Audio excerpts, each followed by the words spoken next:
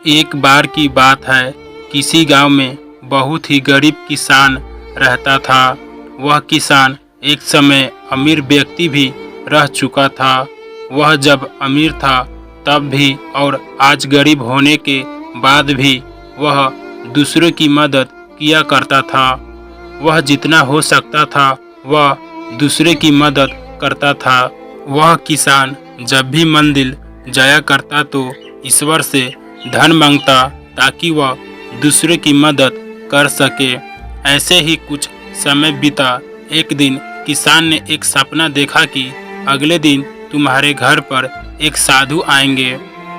जब वह तुम्हारे घर आए तो उनके घर के अंदर आते ही उनके सर के पीछे डंडे से मारना। डंडे से मारते ही वह पूरे तरह से सोने के बन जाएंगे। इस तरह तुम फिर से एक अमीर आदमी बनकर दूसरों की मदद कर सकते हो। अगले दिन ऐसा ही हुआ। उस किसान के घर पर एक साधु ने दस्तक दिया। यह किसान पहले से ही डंडा लेकर तैयार था। जैसे ही वह साधु घर के अंदर आया, किसान ने डंडे से उनके सर के पीछे मारा और वह पूरी तरह से सोने के बन गए।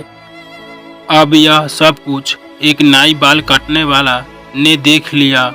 यह नाई किसान के घर किसान का बाल काटने आया था।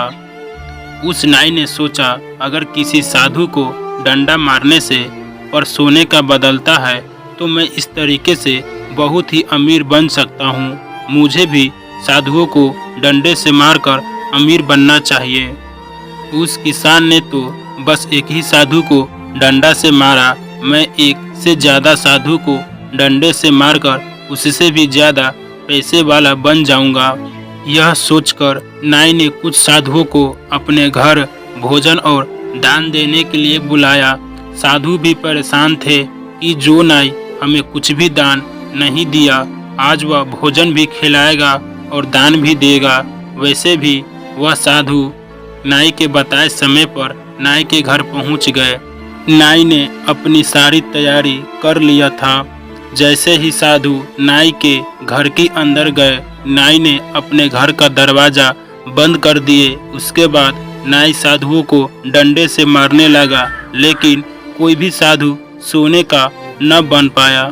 साधु नाई को इस तरह से मारने का कारण नहीं समझ पा रहे थे। कुछ समय मार खाने के बाद सभी साधुओं को गुस्सा आ गया। सभी साधु मिलकर नाई को खूब मारा। नाई को मारने के बाद वह नाई के घर से बाहर आ गए। कहानी से ज्ञान मिलती है, हमें किसी का नकल कभी नहीं करना चाहिए। अगर वीडियो अच्छी लगी हो तो चैनल को सब्सक्राइब करें।